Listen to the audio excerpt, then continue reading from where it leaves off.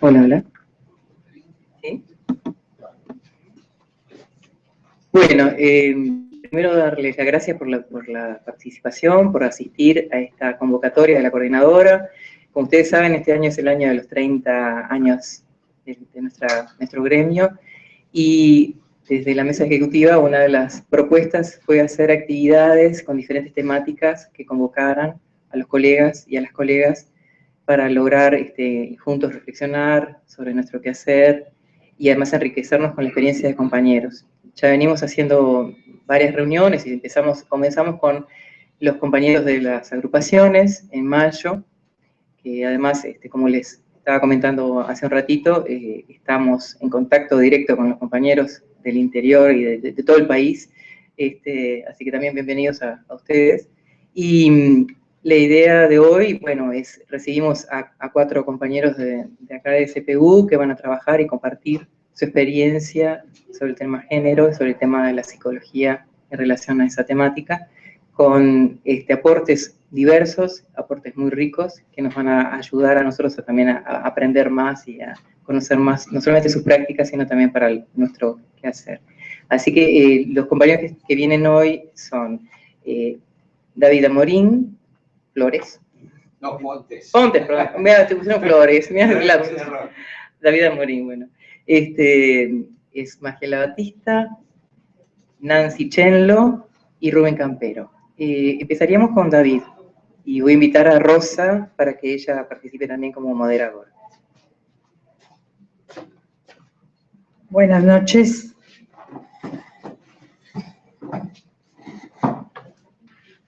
Buenas noches a todos, a todas, y bueno, vamos a decir algunas cositas en relación a la trayectoria profesional de David Amorín Fontes.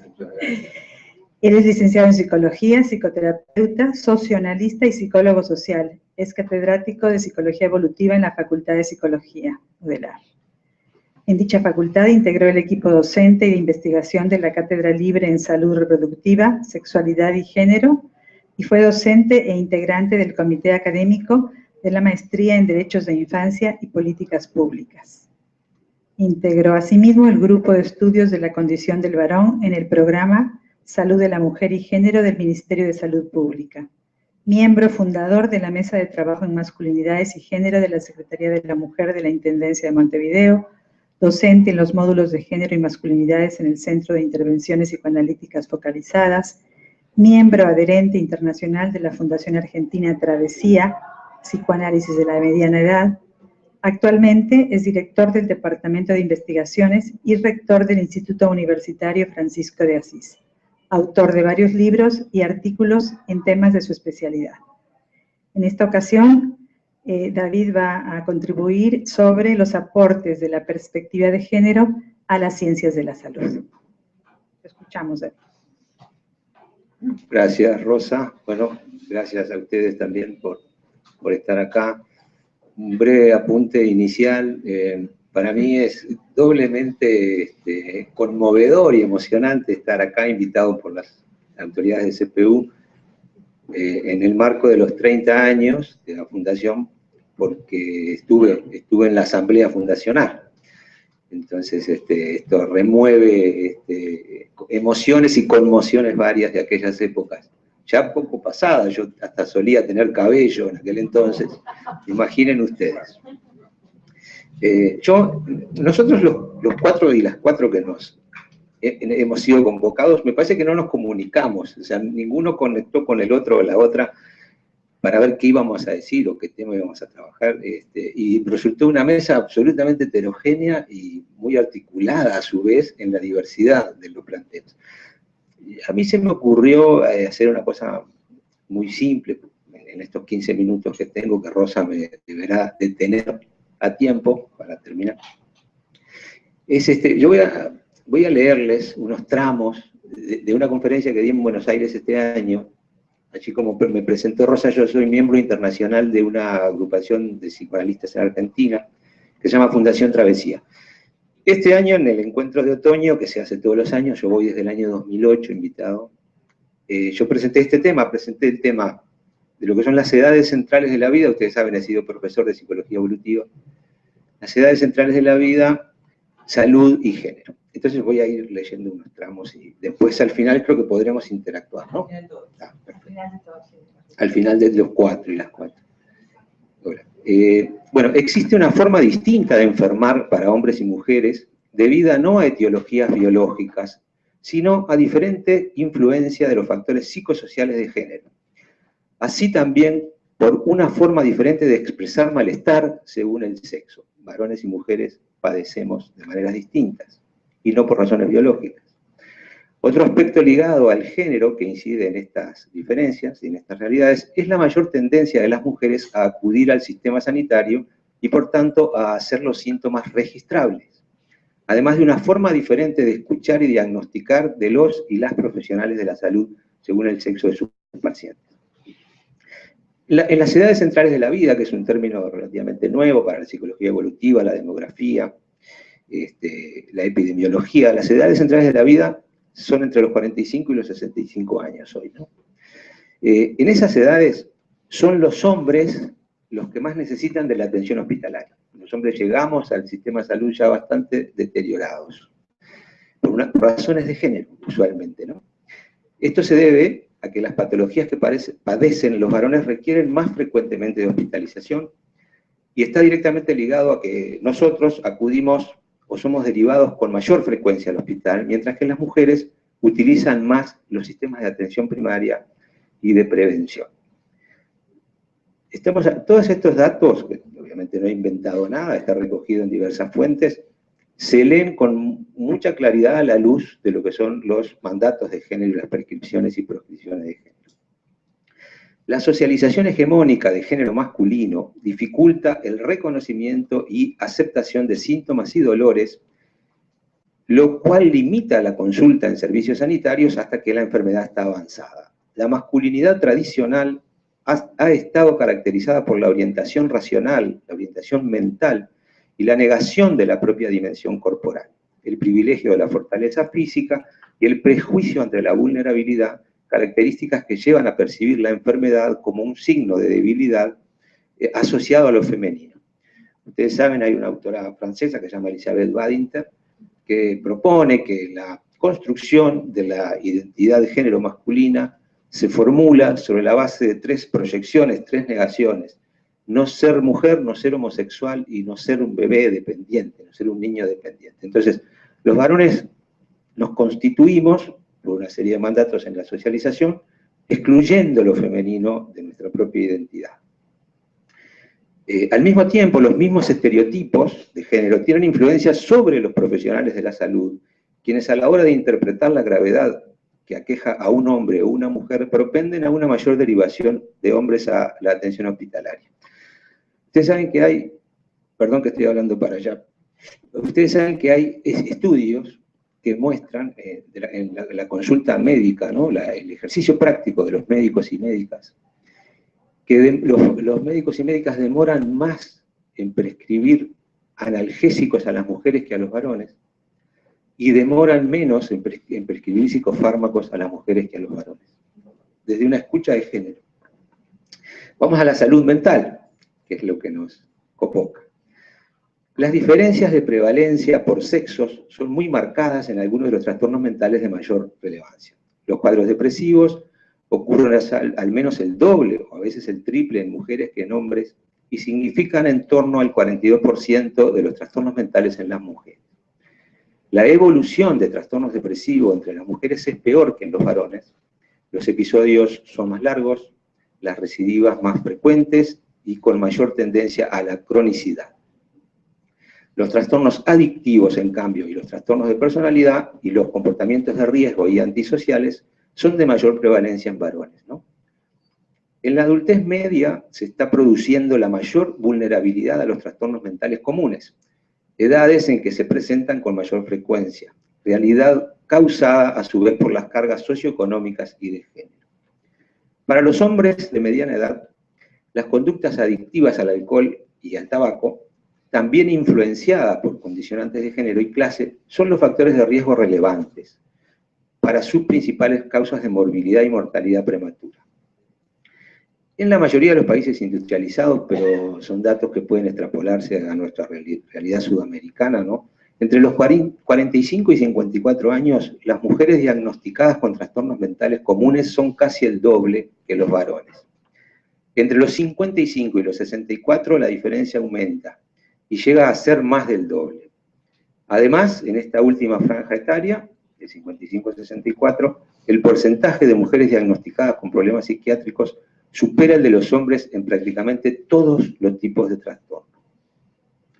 Las mujeres superan a los hombres en el consumo de psicofármacos, tanto por prescripción médica como por autoprescripción, ¿no? Automedicación. En general, el mayor consumo de medicamentos por parte de las mujeres coincide con el peor estado de salud percibida. Existen unos estudios epidemiológicos que trabajan sobre el tema de la salud percibida en varones y mujeres, y en todos los rangos etarios las mujeres perciben tener peor salud que nosotros los varones.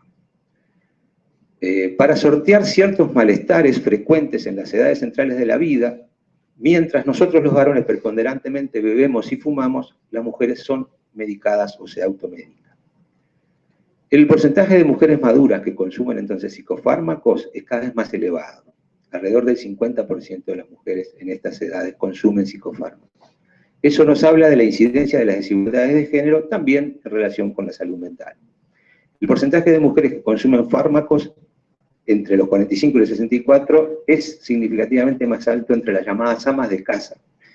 ¿Por qué? Porque las llamadas amas de casa, exclusivamente amas de casa, son mujeres atrapadas, encorsetadas en el dispositivo hegemónico de género, ¿verdad? Son el dispositivo tradicional de género, que prescribía que la mujer debía quedarse relegada a lo doméstico y a la casa, y el varón salir afuera como proveedor único, ¿no? Desde una perspectiva de género, en el análisis del consumo de drogas legales e ilegales, se observa que la adicción de las mujeres aparece en relación con las drogas legales, autorizadas por la medicina y la psiquiatría, que por tanto se perciben como más seguras.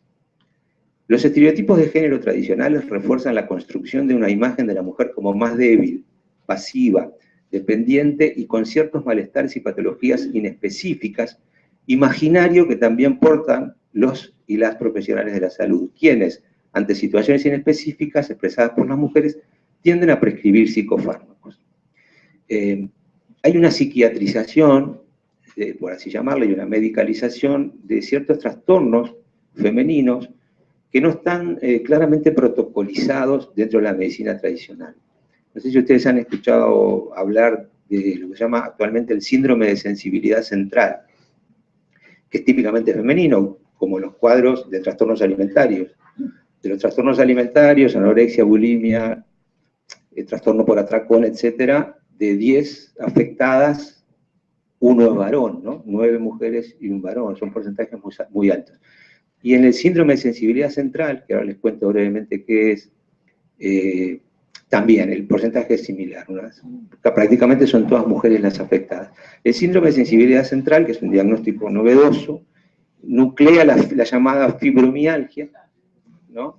La fatiga crónica y un síndrome de sensibilidad química y electroquímica, que es bastante interesante, que es una hiperreactividad del sistema nervioso frente a ciertas sustancias químicas o a ciertos campos electromagnéticos. Bueno, hoy está el tema de los celulares y todo esto, el Wi-Fi, y estas personas se afectan. Estas mujeres se afectan significativamente cerca de estos lugares, ¿no?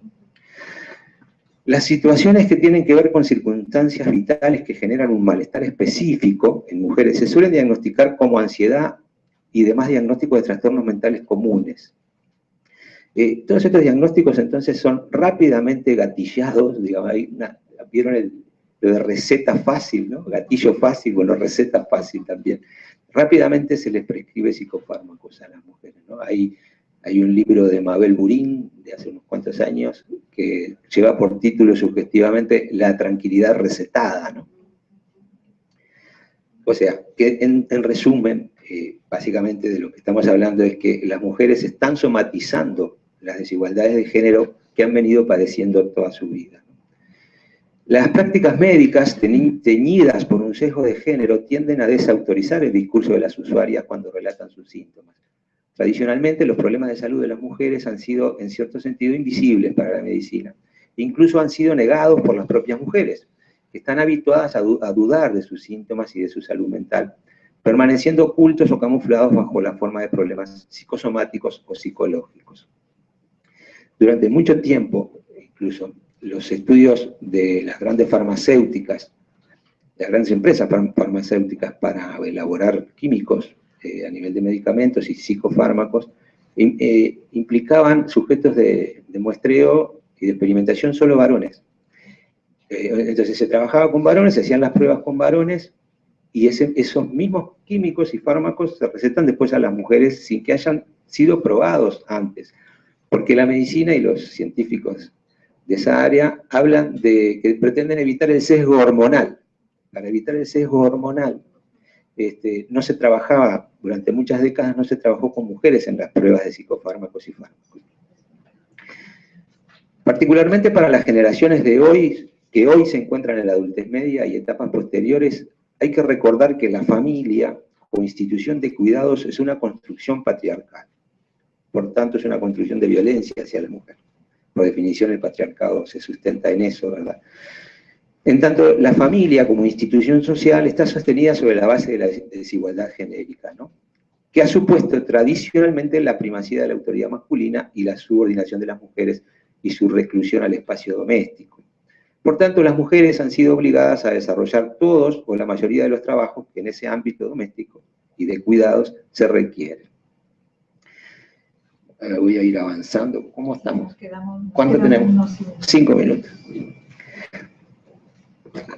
¿Qué pasó con el tema? Porque ustedes me van a decir, hay una serie de reivindicaciones, feminismo mediante, que ha logrado realmente, ha permitido que las mujeres accedan a un montón de derechos que no tenían hace 10, 15, 20, 100 años, ¿no? Es cierto. También es cierto que el relevo en esos cambios, el relevo masculino, viene mucho más lento que la velocidad con la que se están transformando las mujeres. Como los géneros son relacionales, evidentemente cualquier transformación en el género femenino conlleva necesariamente una transformación adaptativa del varón. Pero solemos decir que la mujer ha caído en una suerte de trampa histórica. Cuando ha logrado salir al mercado laboral, para su independencia, sin embargo, ha quedado atrapada en lo que se llama la doble o triple jornada laboral femenina. Porque sale a trabajar afuera, pero sigue teniendo la responsabilidad principal de las tareas domésticas y reproductivas, que así le llamamos.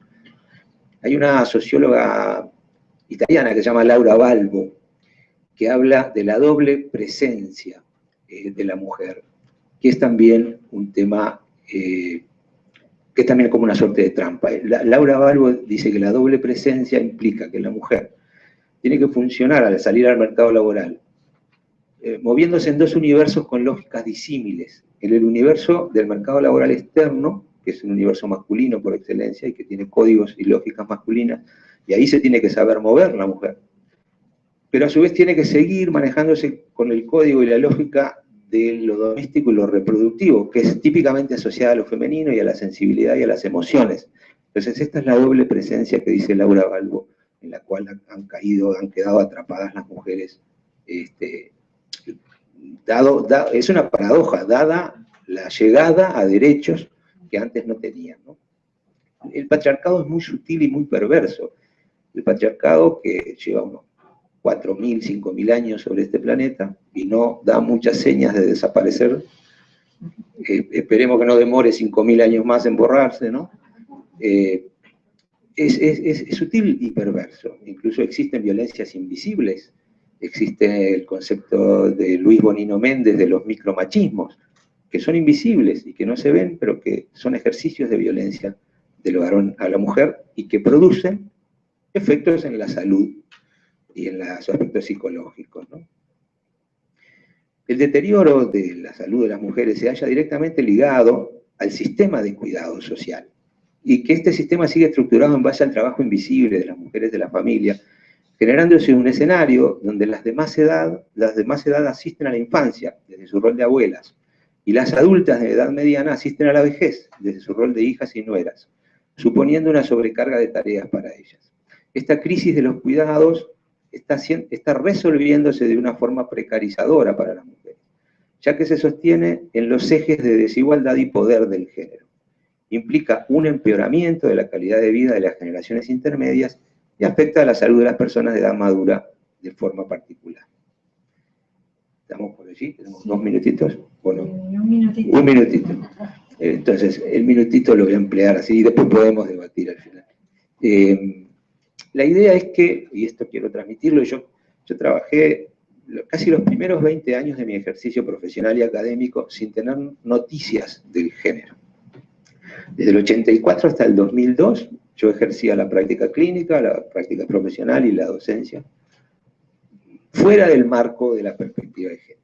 2002-2003, Avatares de la Vida, me hacen entrar en el equipo de investigación de lo que en facultad se llamaba la Cátedra Libre en Salud Reproductiva, Sexualidad y Género. Y ahí quedé fascinado y atrapado por la perspectiva de género y ya no pude salir más. O sea, los últimos 15 años de mi vida profesional y académico han girado en torno a la perspectiva de género. Suelo decir, y quiero dejarles este mensaje desde mi experiencia, pero no para que se asusten, sino para que se motiven, que la práctica transversalizada por la perspectiva de género es adictiva. Una vez que uno la prueba, no puede dejar de seguir usándola, ¿no? Porque realmente, y se los digo como colega, el campo del género nos corre un telón, nos descorre un telón y nos permite ver un montón de cosas que, si no nos ponemos esos lentes, verdaderamente las pasamos por alto y nos perdemos la mitad de la película. Bien, nos quedamos para después seguir discutiendo un poco. Gracias.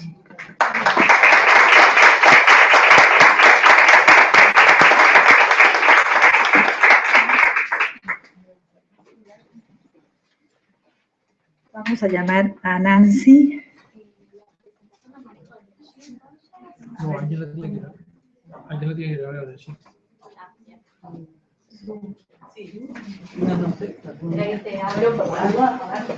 Y va a venir una compañía de arriba, ¿no? Sí.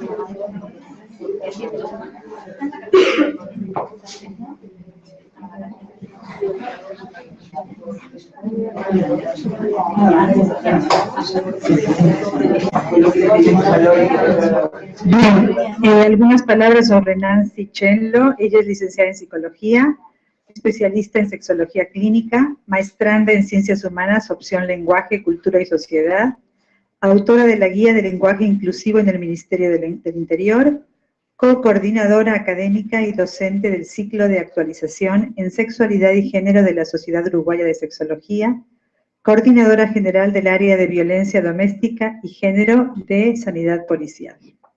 Y nos va a presentar entonces su trabajo sobre lenguaje y género.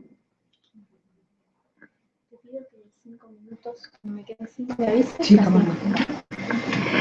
Buenas noches, la verdad que un placer estar acá y agradezco la invitación, además por poder compartir este espacio con semejante plantel, de quien tengo, la verdad que hermosos recuerdos. Bueno, vamos a trabajar un poco sobre lenguaje y género.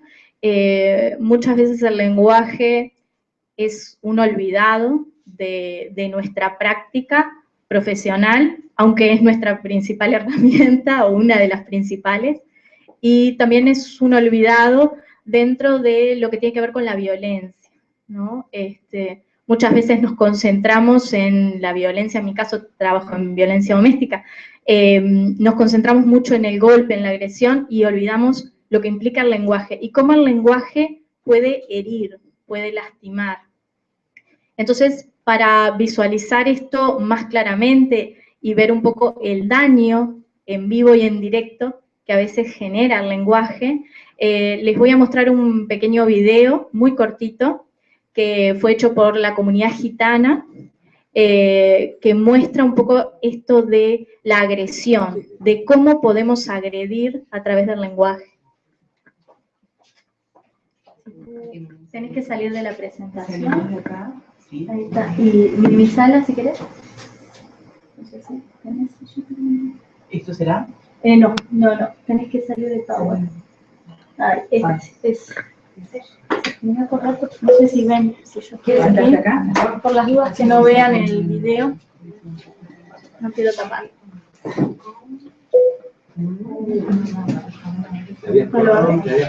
Aquí no.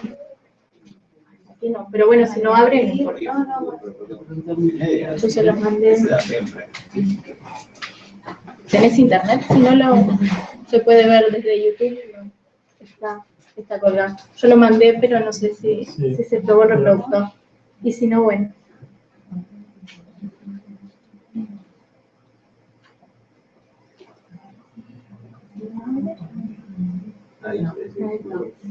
Bueno. ¿Sí? No lo hago. Bueno. No hay problema. Si tenés internet. Abrilo con el otro, a ver, Tatiana. ¿El otro reproductor? Con el conito reproductor multimedia VLC. Pero lo intentó ya. Con ese ya lo intenté. Que es con el que generalmente reproducimos todo acá. Ah, bueno. Es un MP4, ¿no? Bueno. Es un MP4. Bueno, si no.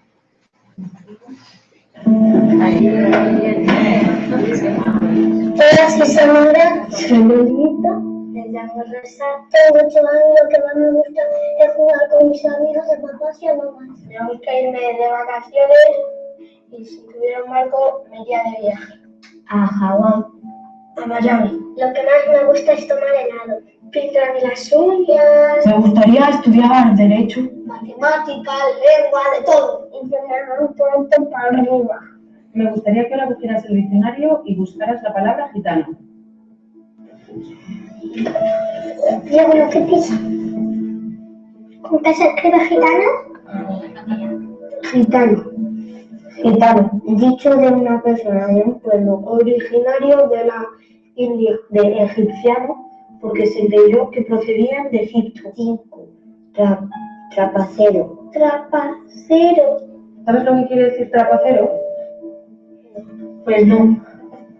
¿Puedes buscarla, por favor? Trapacero, trapacera. Que emplea trapazas que con astucia, falsedades y mentiras procura engañar a alguien de un asunto. Nosotros no hacemos eso porque también otras personas pueden hacer eso. No me gusta que digan esto en el diccionario. Me están insultando. No me parece justo. Porque está diciendo una mentira esto. Yo soy trapacera. Diccionario de la lengua española.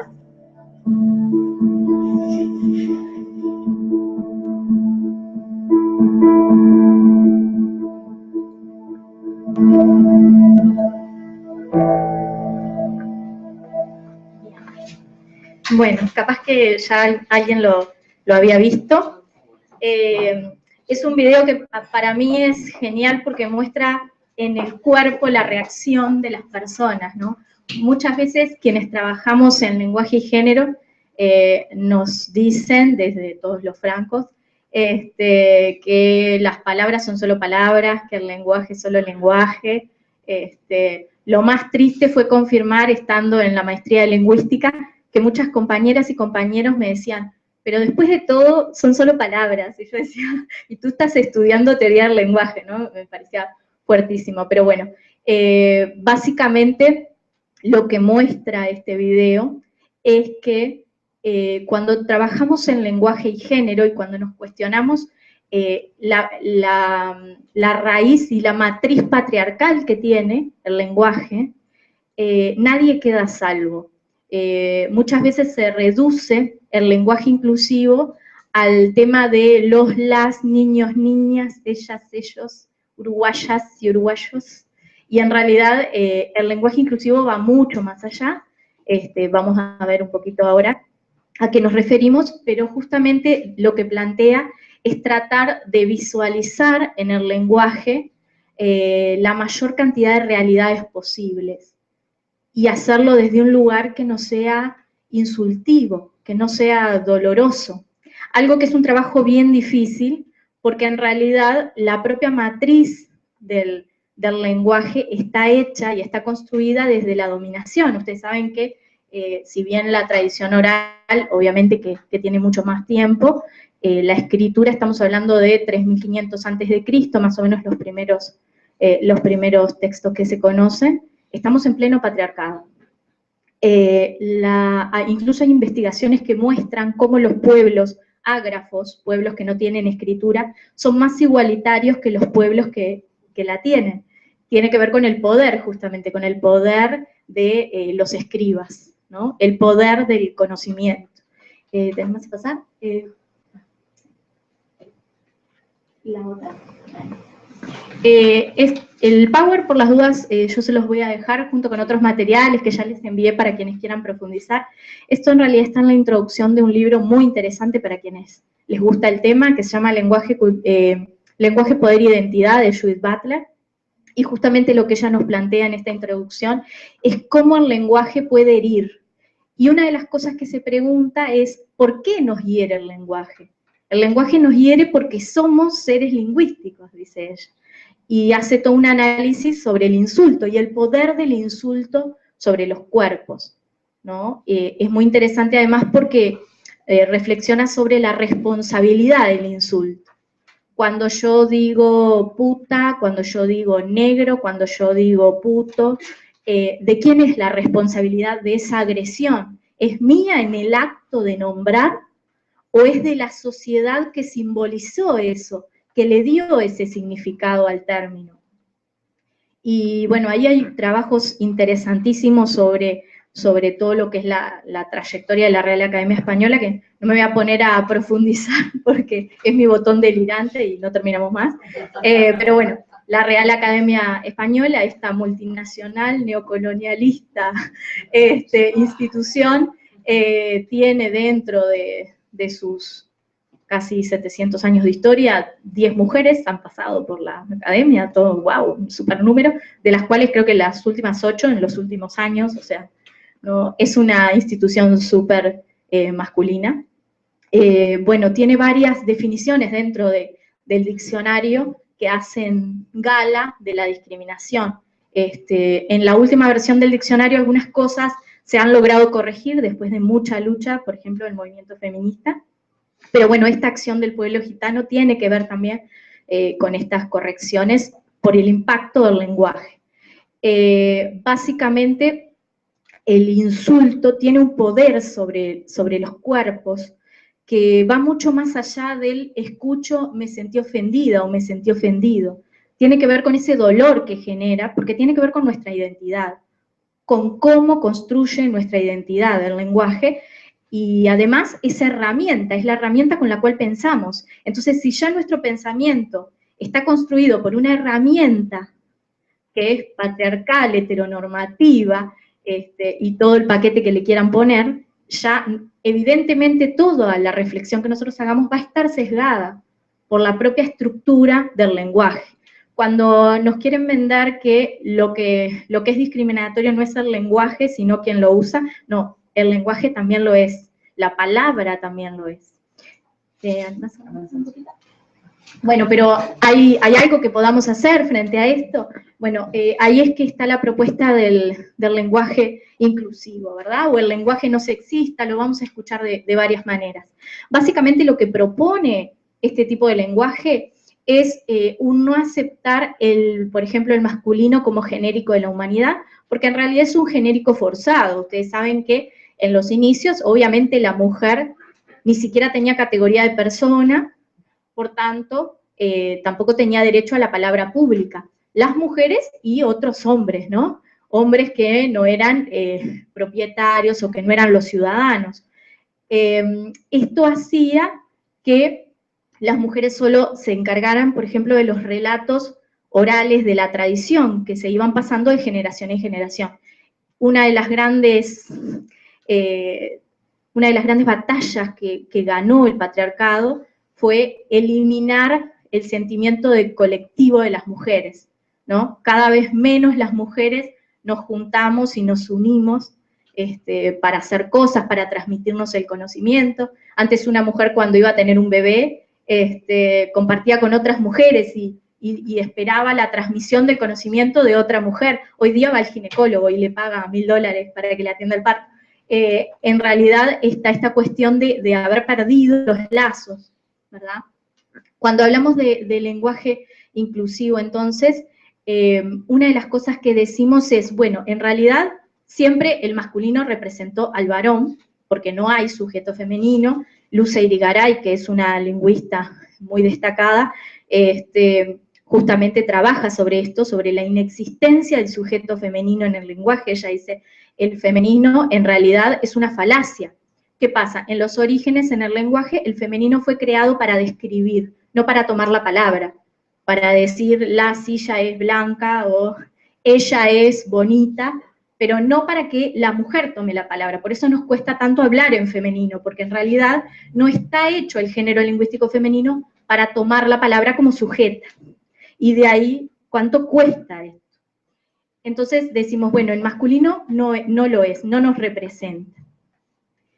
Entonces, ¿qué hacemos frente a eso? ¿Hay alguna alternativa? Bueno, esas alternativas se van construyendo. La realidad es que no hay todavía una receta para esa construcción. Es un tema político. Cuando nosotros hablamos de lenguaje inclusivo no estamos hablando de corrección gramatical o de si hay concordancia con el verbo, no nos estamos preocupando demasiado por eso, aunque sí hay herramientas. El español es una de las lenguas más ricas, o sea, tenemos un montón de herramientas para salvar eso, pero no es la principal preocupación. Cuando nosotros hablamos de lenguaje inclusivo estamos hablando de una acción política, donde yo quiero manifestar una desigualdad y hacer algo para transformar esa desigualdad. Avanzamos un poquito. Hay acciones que tienen que ver con la vida individual, por eso decimos, nadie me puede obligar a usar lenguaje inclusivo, porque en realidad es una posición, pero por otro lado tampoco me lo pueden prohibir, que es uno de los grandes errores, es decir, se prohíbe el uso de. El lenguaje le pertenece a sus hablantes, no le pertenece a nadie más. La academia, por ejemplo, para lo que está, o lo que debería estar, es para marcar norma en base a frecuencia. O sea, cuando algo se usa extendido en el tiempo, yo lo hago norma para ordenar, pero no puedo prohibir una forma de hablar. Nunca en los 700 años de historia la academia había prohibido algo hasta que empezaron a salir las guías del lenguaje inclusivo. Jamás. Es más, incluso aceptó lo que llama la caída de letra, que es el decir cantao, por ejemplo, que además está muy asociado a que se habla en España, ¿no? Y no acepta que digamos niños y niñas, ¿no les parece raro? Hay un tema de identidad institucional. ¿Qué pasa? Y esto está súper estudiado por gente que sabe muchísimo, grandes historiadores de la academia. Hay una relación directa entre la Real Academia Española y la monarquía. El español es el único idioma que tiene una academia con estas características y que se atreve a decir esto sí, esto no.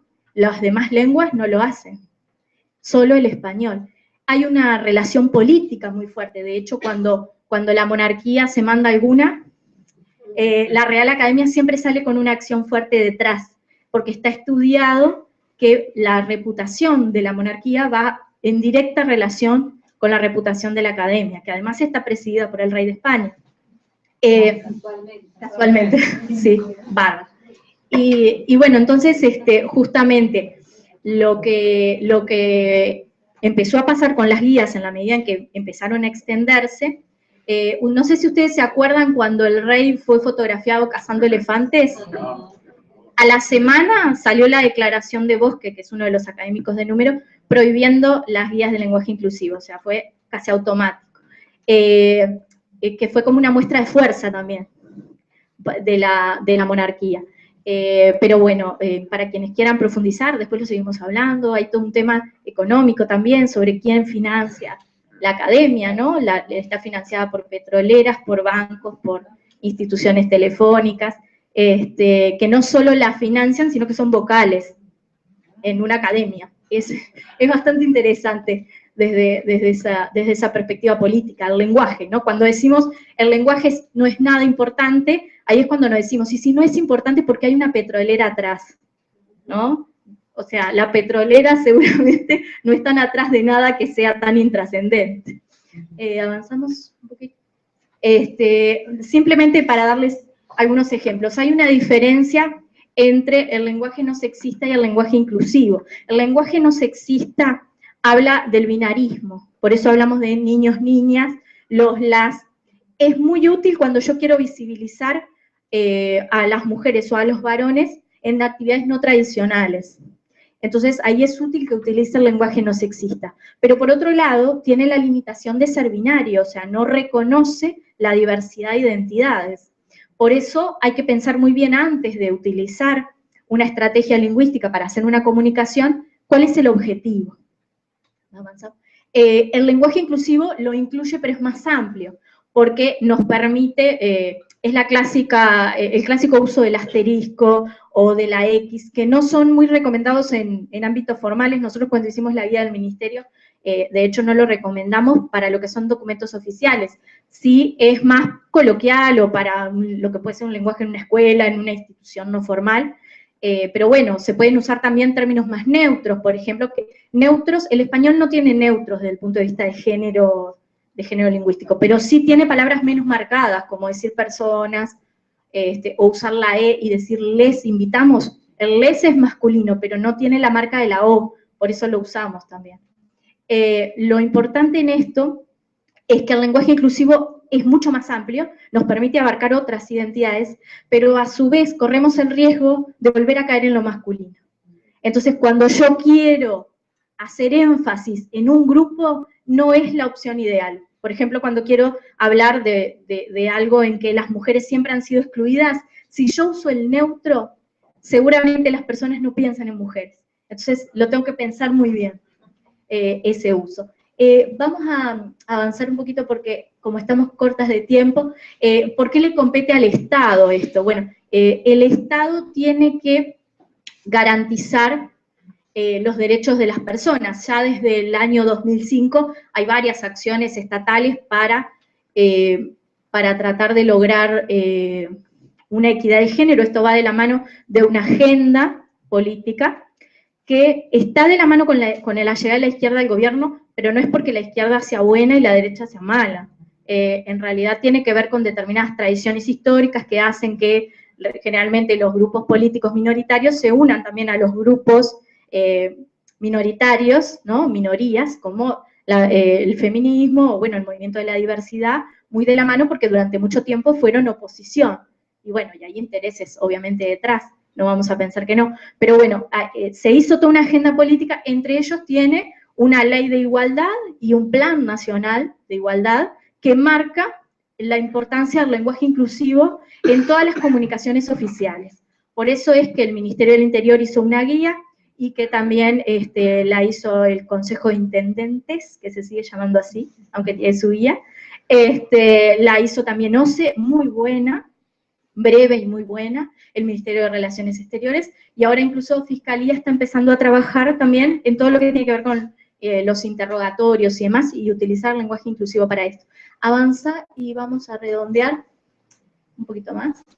Que quiero hacerlo un poquito más. Quiero detenerme en esto, que para cerrar, que tiene que ver justamente con el derecho a la identidad. Una de las cosas importantes que trabajamos con el Ministerio del Interior y con la policía en todo el país es el tema del trato a las personas trans.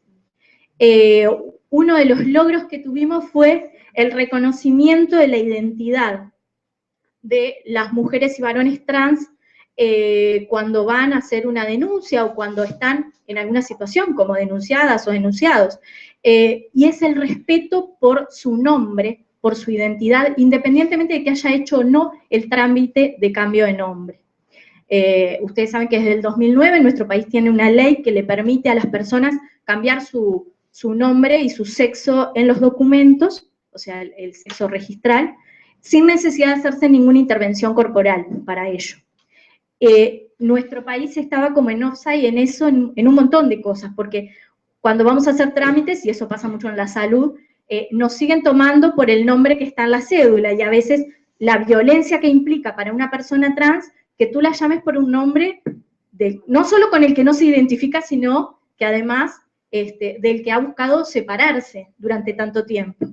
Entonces, una de las cosas que planteamos como solución es cuando una persona no ha hecho el trámite aún porque hay una barrera cultural, o sea, si bien hay un acceso bastante libre para hacer el cambio de nombre, de hecho, el Ministerio ha trabajado mucho, el INR, incluso llevando a quienes hacen los trámites a las cárceles para que les hagan el trámite estando presas.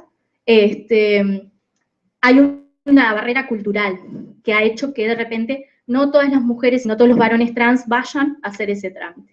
Entonces, bueno, una de las cosas con la que lo zanjamos fue esto, bueno, tú le preguntas el nombre a la persona, que no es su alias, no es su mote, no es su apodo, porque no es un alias, no es el pelado, Juancito, el no sé qué, es su nombre, es el nombre con el que la persona se identifica.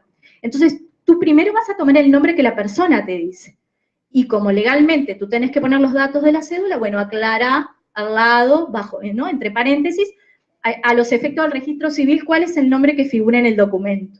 Pero el primer nombre que tiene que aparecer es el de la persona, porque si no, tú no estás respetando la legislación uruguaya que marca el derecho a la identidad. Esto creo que fue un gran logro con el que seguimos peleando mucho todos los días, porque obviamente hay resistencias. La institución policial tiene muchísimas resistencias, es muy rígida, pero no es la única. La salud también lo es, muy rígida. De hecho, seguimos teniendo mujeres trans que no pueden pedir determinados análisis, o varones trans que no pueden pedir un Papá Nicolau o hora para ginecólogo. Y bueno, y ahí eso nos está hablando también de una barrera personal. Vamos a ir redondeando por acá. ¿Te animás a dejar en la última diapo? Para que se queden nomás con el mensaje, que es de una autora ya fallecida, Monique Wittig, que lo dice con mucha ironía, ¿no? Solo los hombres son personas y solo hay un género, el femenino. Después, si quieren, lo discutimos. Gracias.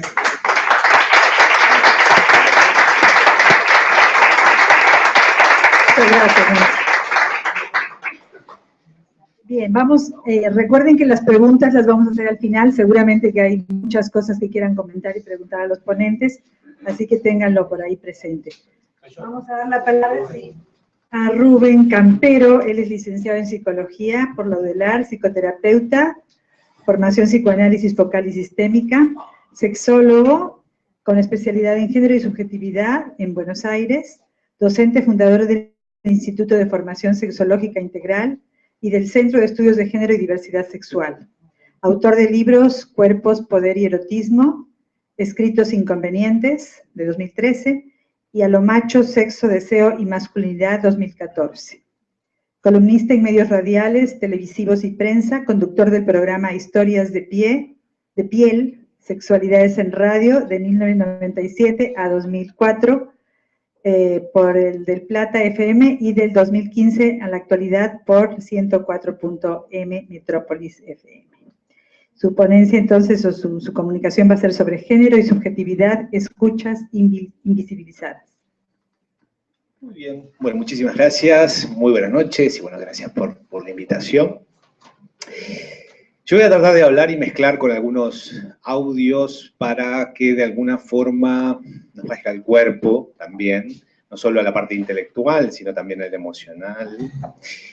a todo lo que tiene que ver con la vida cotidiana, esto que psicólogos y psicólogas hacemos constantemente, que es escuchar. Se supone que nos formamos para escuchar, se supone que tenemos un placer por el escuchar, esta cuestión tan voyeur con la cual, bueno, profesionalizamos y que, bueno, que hacemos cosas con ello. ¿Cómo ampliarla? Un poco lo que habían estado hablando hace un rato. La escucha es una escucha compleja, siempre es una interpretación, no hay una escucha abierta, no hay una escucha inocente.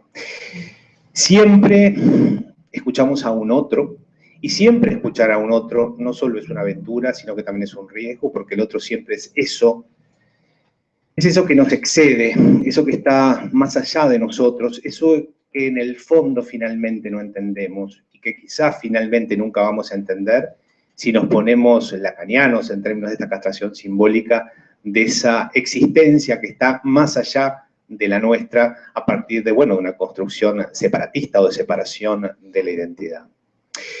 Esos otros que, por tanto, de acuerdo, bueno, a distintos sistemas de dominación patriarcal y, bueno, de muchas maneras de dominación, el feminismo ha traído el patriarcado como una de las formas de dominación principal. Sabemos también que la lucha de clases, podemos traer el racismo, podemos traer muchas formas de dominación en donde, digamos, tendemos a pensar las diferencias en Occidente de una forma, digamos, igualándola, valga la redundancia o valga el parecido de las palabras, a lo desigualado, a lo inequitativo. Por tanto, hay muchos otros que no son escuchados, que no van a ser escuchados, porque exceden demasiado a ese yo, a ese uno que de alguna manera se quiere centralizar para sentir que tiene la hegemonía de la palabra, que tiene la hegemonía de la escucha.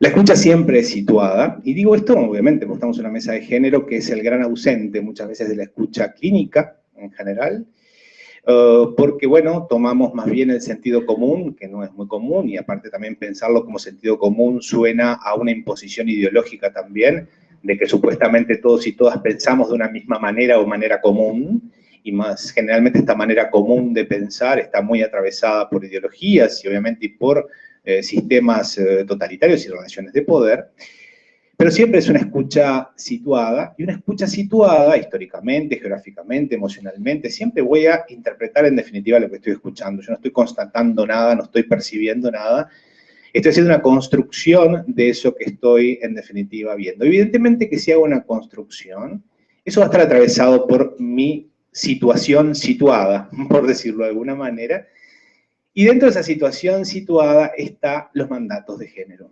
evidentemente, ¿no? Mandatos de género que están afectivizados, que están transmitidos como una especie de gramática, en el sentido que es esa forma que tenemos de escribir, interpretar, leer y volver a releer la realidad, que construye ese mismo sentido común, que construye las palabras, que construye todo en definitiva. A mí me gusta decirlo en términos quizás más desde Wittig, si bien no lo dice ya así, pero es el aire que respiramos, no hay forma de salir del androcentrismo de alguna manera. Es la Matrix, y para quien ha visto por ahí la película Matrix, es esto que somos en definitiva, pero que podemos hacer ciertas reflexiones de distanciamiento para poder pensar.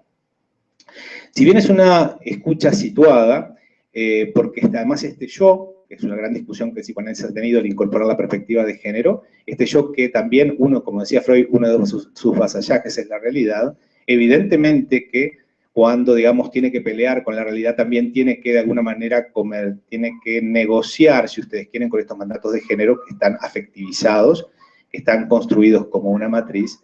Pero lo importante es que si tenemos estos atravesamientos en relación a nuestra escucha, lo importante es que podamos darnos cuenta de nuestros atravesamientos, darnos cuenta de nuestra situación situada, darnos cuenta desde donde escuchamos, no creernos ni Superman, ni Superwoman, ni Supertrans, e intentar justamente de explicitar esta situación, digamos, esta característica situada de nuestra escucha para pensar también las diferencias de género que están basamentadas en una manera de pensar la diferencia sexual. Es una forma de interpretar la diferencia sexual, que no es la única, pero creemos que es la única porque el sentido común así lo indica, porque supuestamente hacemos una captación o percepción de diferencias sexuales que generalmente están, digamos, basadas en eso que la biología nos dice, que son un hombre y una mujer.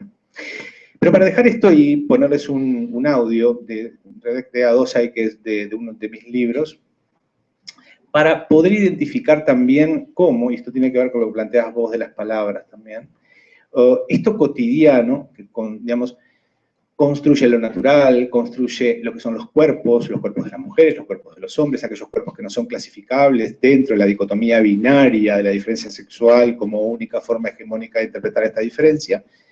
Este lenguaje que también construye los cuerpos, y les quería plantear en principio una situación de la vida cotidiana, que, bueno, aquí está la voz de Cintia Caraballo, que es mi coconductora dentro del programa Historias de Piel, para pensar en una mujer que va caminando por la calle, le dicen algo, le dicen palabras, y que producen estas palabras a nivel corporal. Pero me andé, no me...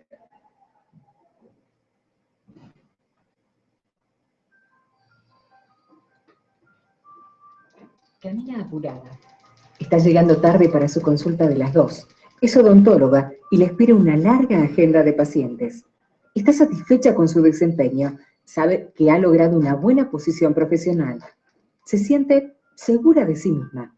Pero al pasar por una obra en construcción, donde trabaja un grupo de hombres, escucha que le gritan desde las alturas: ¡Mamita!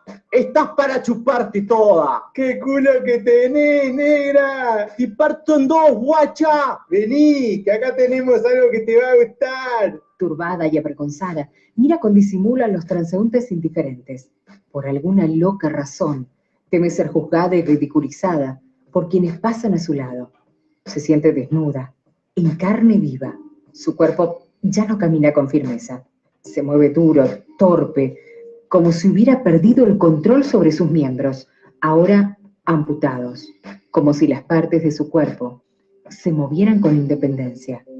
Hunde los ojos en el piso, teme mirar o hacer algún movimiento que provoque nuevos gritos. Jamás se atrevería a dar la cara a los dueños de esas voces. La virulencia de sus tonos y palabras han logrado su cometido: hacerla sentir una presa de caza que acepta la soberanía de una fuerza perversa sobre su ser. No tiene otra alternativa que huir, intoxicada de humillación. No sabría qué hacer si se dejara llevar por la rabia. Nadie se lo enseñó. Siente miedo, mucho miedo. ¿De qué? Nadie en realidad va a agredirla físicamente. Hay mucha gente en la calle. Sin embargo, una extraña intuición la hace sentir en peligro, vulnerable, despojada de la posibilidad de tener control sobre algo, como si su cuerpo se hubiera convertido en el juguete de un paradójico poder carente de autoridad. ¿Qué habría provocado esos gritos? ¿Sería la ropa? Tal vez la pollera, demasiado corta. ¿Acaso en su prisa venía contoneando demasiado las caderas? Por las dudas, debe disimular. La sensación corporal de haber sido atropellada por un camión tiene que ser sofocada. Debe seguir adelante. Esto que le pasó es algo cotidiano. Es así. Y siempre ha sido así. Se obliga a sugerirse que, en última instancia, se refirieron a su belleza física. Tal vez debería considerarlo un piropo. Eso la hace sentir aún más sola y empobrecida, por tener que transformar una violación en caricia. Caricia que mágicamente vendría a restaurar la estima de sí misma. Aprendió de las mujeres de su familia que la valoración de los otros es lo único que le otorga un lugar en el mundo. Piensa que si hubiese reaccionado de una manera diferente y devuelto los insultos, posiblemente hubiese salido mal parada. No se atreve y a la vez se siente culpable. Tal vez alguna de sus amigas actuaría de una manera diferente, haciéndose valer. Con el cuerpo contaminado, entumecido, inhabitable, sigue caminando. Quiere recuperar el control, diciéndose que es una exagerada, que en realidad no sucedió nada importante. Duró solo un instante, tan solo fueron palabras. Mientras intenta exorcizar los impactos que fue obligada a vivir, una sensación de tristeza se hace presente. Un vacío sin palabras. Siente como si necesitara un espejo para recuperar su imagen, ahora fagocitada y colonizada por aquellas voces de hombre. Intuye un sufrimiento que la trasciende y la sintoniza con un lejano saber que la conecta a otros seres cuyas existencias reviven en la suya más allá de coordenadas de tiempo y espacio. Brujas quemadas en hogueras, caperucitas devoradas por lobos, cuerpos suspendidos en esquinas nocturnas, amas de casa atrapadas en somníferos y guiones impuestos, diosas asesinadas, cenicientas que creyeron en un romántico rescate. Algunas escenas de la película Las Horas rondan su cabeza, y los pedazos de cuerpos de mujer que se exhiben desnudos, desollados, en las tapas de las revistas de un kiosco, la vuelven a sacudir. Algo parece querer cobrar sentido, algo del orden de la sabiduría intenta emerger, como si una memoria de mujer quisiera asistirla para desenterrar un aprendizaje que había asumido la imposición del olvido. Pero no quiere pensar más, no debe pensar más. Demasiado para un hecho banal y cotidiano que toda mujer vive por el hecho de ser mujer. Seguro está exagerando, se dice. No es momento de decaer, debe olvidar lo vivido. Su paciente de las 2 la espera, y quienes vienen después, también. Tiene que seguir adelante, como todos los días, como si nada hubiera pasado. Licenciado Rubén Campero, Cuerpos, Poder y Erotismo, escritos inconvenientes. Bueno, muy bien. Este es un texto que usamos muchas veces, son muchos más. Había traído más en realidad, pero bueno, no nos da el tiempo. ¿Cuánto estamos de tiempo? Nos quedan unos 10 minutos. Queda, capaz que puedo usar el otro, porque a mí en realidad para estos temas me gusta mucho, de hecho es lo que hago también en la formación de educadoras sexuales, decía lo cotidiano. Este texto en realidad a mí me surgió, yo caminando por la calle y vi que a una chiquilina le gritaban de una obra en construcción algo, y su gesto corporal, que fue simplemente bajar el cordón de la vereda, y hizo así, nada, voló. El punto delirante apareció en mí, apareció esta historia, yo qué sé. Pero tiene que ver con justamente ver estas cuestiones cotidianas, que si no vemos lo cotidiano, si no nos interpelamos a través de lo cotidiano y el lenguaje, creo que tiene un factor, un poder impresionante. El lenguaje construye cuerpos, el lenguaje destroza cuerpos. No vamos a poder, digamos, extrapolar esto a la escucha clínica, que, digamos, lo traigo, me pareció interesante también traer el tema de la escucha, porque a lo largo de los años yo me fui formando incluso en sexología paralelo a la carrera de psicología. De hecho, empecé a trabajar mucho antes de recibirme en territorio, como se dice ahora, y recuerdo que ya en aquellas épocas, que estamos hablando de principios de los 90, ya hablábamos de doble norma.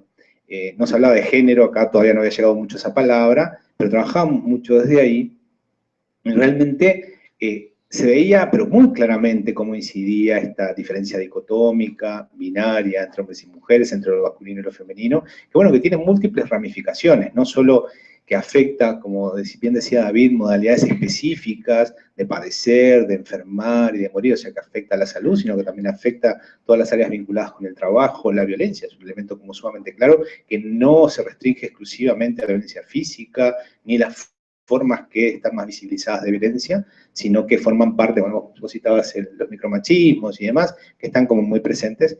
Y también hay mucha, yo diría, violencia cuando no sabemos escuchar. Y que incluso cuando es nuestro deber escuchar. Cuando a veces pasa, pacientes que vienen y han pasado por colegas, y esto es horrible, ¿no? Pero que evidentemente se han comido por unas cosas gigantescas. Y lo que han hecho, simplemente han aplicado una cuestión psicopatológica tradicional, y han ejercido una violencia tan descomunal en la lectura que hicieron, en la escucha que hicieron, que se entiende, ¿no? Pero no todo el mundo tiene por qué tener este tipo de formación, pero sí creo yo que tiene que tener por lo menos algún tipo de reflexión al respecto, que por lo menos las diferencias, por lo menos binarias, influyen dentro de las personas. La teoría, sabemos, del psicoanálisis, muchas teorías también son falocéntricas, son y demás. Decime la hora porque quiero ver si pongo el audio. 7 minutos. Bien, para terminar, les voy a poner otro audio, es un poquitito, no, más o menos el mismo, que tiene que ver con cómo tratamos a las infancias. Que ahí nos cuesta un poquito más verlo, porque generalmente, y más con los varoncitos, tendemos a hablar en cuestiones de género más de las nenas, pero miren esta historia que está dada vuelta, que empieza contando qué haríamos con una bebé. Bueno, escuchen el audio. Instantes. No, ahora es machito cuanto antes. Que no lo puse.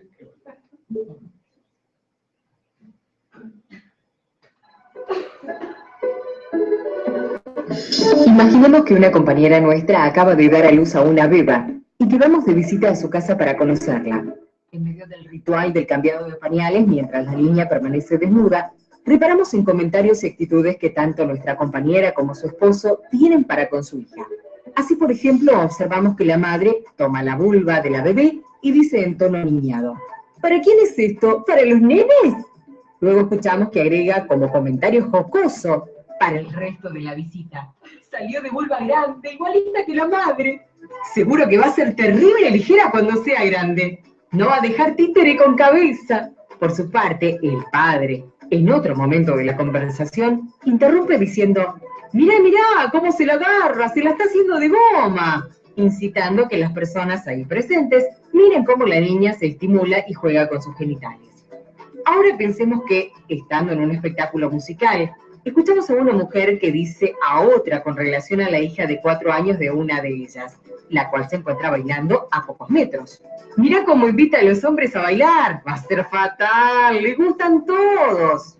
Ahora, trasladémonos al cumpleaños de una niña de 6 años, en donde vemos que una vecina de la cuadra le pregunta: ¿vos cuántos novios tenés en la escuela? A su vez, justo antes de irnos, nos damos cuenta de que el padre, para cortar el llanto de su hija por haberse lastimado la rodilla, le dice: ya está, mija, hágase mujer, deje de llorar. Y ya que estamos, intentemos también recrear una situación en la cual un hombre le dice a una mujer, ambos padres de una niña de 15 años: tu hija ya está grande, ¿no te parece que es hora de que la lleves a debutar para que pierda la virginidad en esos lugares de hombres? ¿Qué actitudes y sentimientos nos disparan estas situaciones imaginadas? ¿Cuál es el punto en el cual y por el cual resultan inverosímiles? Si existieran pruebas de que parte o todo lo que aquí se relata fuera real, seguramente nos escandalizaríamos y nos indignaríamos, evaluando como excesiva, precoz y traumática tanto la sexualización como la erotización e incluso la configuración de abuso que se estaría ejerciendo sobre el cuerpo y la psiquis de esa niña. Pero entonces, ¿por qué es tan común escuchar en distintas casas de familias comentarios sobre el pene, los genitales, el cuerpo y las actitudes de varones en clave sexual y erótica, sean estos bebés o niños más grandes? ¿Por qué muchos mensajes parentales dirigidos al varoncito parecerían expresar ansiosas expectativas por constatar un potencial desempeño sexual o genital de niño que demuestre la correcta asunción de la masculinidad heterosexual, aunque no esté en edad para ello? Ya sea cuando escuchamos expresiones en torno al bebé varón y a sus genitales, tales como salió un huevudo el nene, o ¿para quién es esto? ¿Para las nenas? O se lo está tocando, vive con el pito parado, ninguna mujer se va a salvar cuando este sea grande. O tratado como el padre tenía que ser, o hijo de tigre. Al igual que en los casos en que se festeja que el niño pequeño diga que tiene muchas novias, o cuando constantemente se le estimula a que no llore, que aguante, que se haga hombre. También, cuando se asiste en actitud cómplice al abuso sexual que muchos niños púberes han sufrido por tener que hacerse hombre, mientras eran llevados por un adulto a tener coito vaginal con una trabajadora sexual. Cuando todo esto ocurría y ocurre, ¿por qué motivo no surge la misma indignación, esa que irrumpiría si todas estas situaciones se aplicaran a una niña? Extracto del libro A lo macho, sexo, deseo y masculinidad, del licenciado Rubén Campero. Muy bien, lo dejo por aquí. Muchas gracias.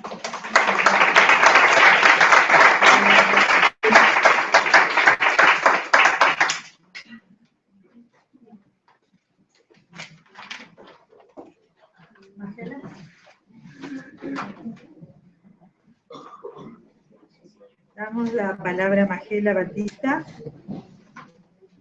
Ella es licenciada en Psicología, especialista en Derechos Humanos y Género y en Derechos de Infancia y Políticas Públicas. Desde el año 2001 se integra a la ONG Instituto Mujer y Sociedad. Ha venido incursionando en el tema de violencia basado en género y generaciones. Ha escrito trabajos al respecto presentados tanto a nivel nacional como internacional y dicta cursos relativos a la temática. En el área laboral, desde hace 4 años y hasta la fecha, se desempeña como coordinadora nacional del programa Tobilleras en el MIDES de InMujeres. Su disertación es ¿por qué abordar el ejercicio de la violencia masculina en la pareja o expareja? Bueno, buenas noches. Para arrancar, quizá contextualizar un poco de dónde surge este trabajo. Como recién decía Rosa, desde el año 2001 empecé a incursionar en esta temática, en realidad básicamente en violencia doméstica, que es donde me he desempeñado.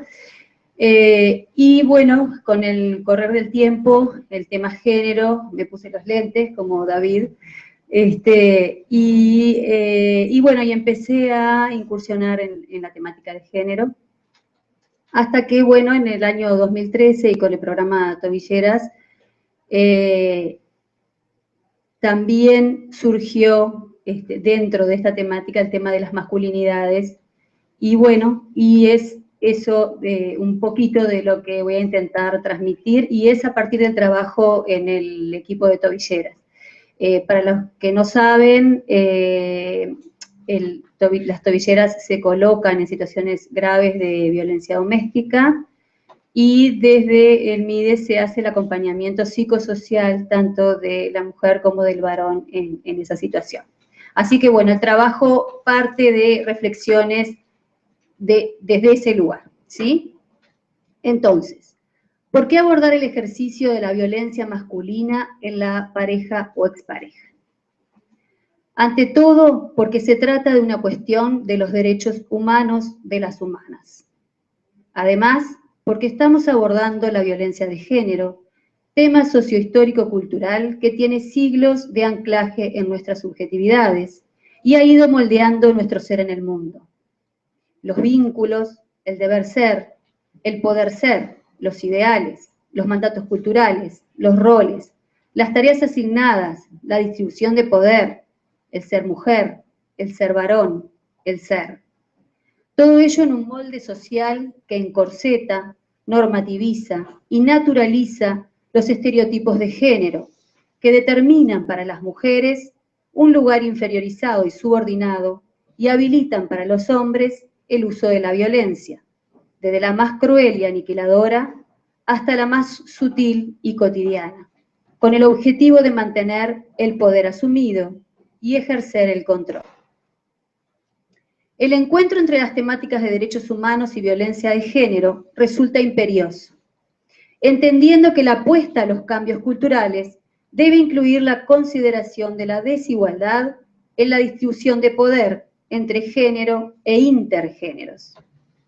Si bien la visibilización de la temática ha ido en aumento, la violencia doméstica, como una de las formas en que se expresa la violencia de género, ha necesitado y continúa necesitando un marco legislativo propio que sea acompañado de políticas públicas integrales que lo desarraiguen del ámbito privado.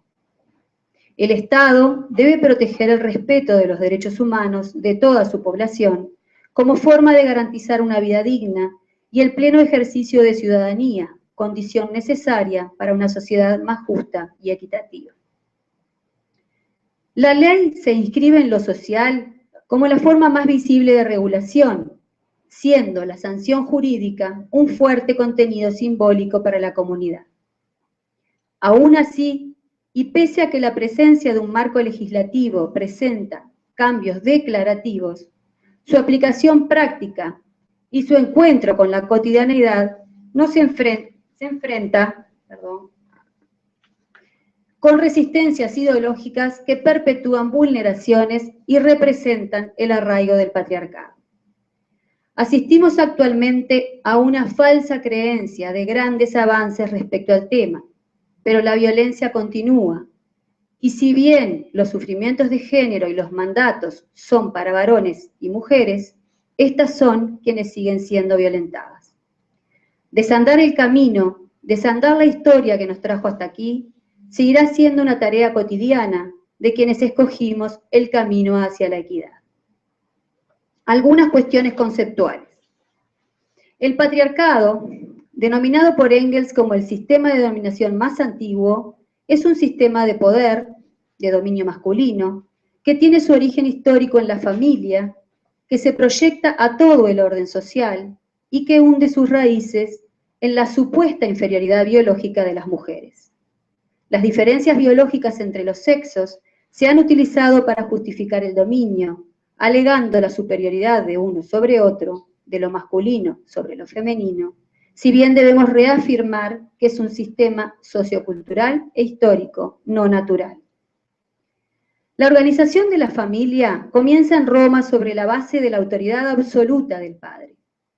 Se lo reconocía como jefe vitalicio del grupo familiar, con carácter absoluto y unitario.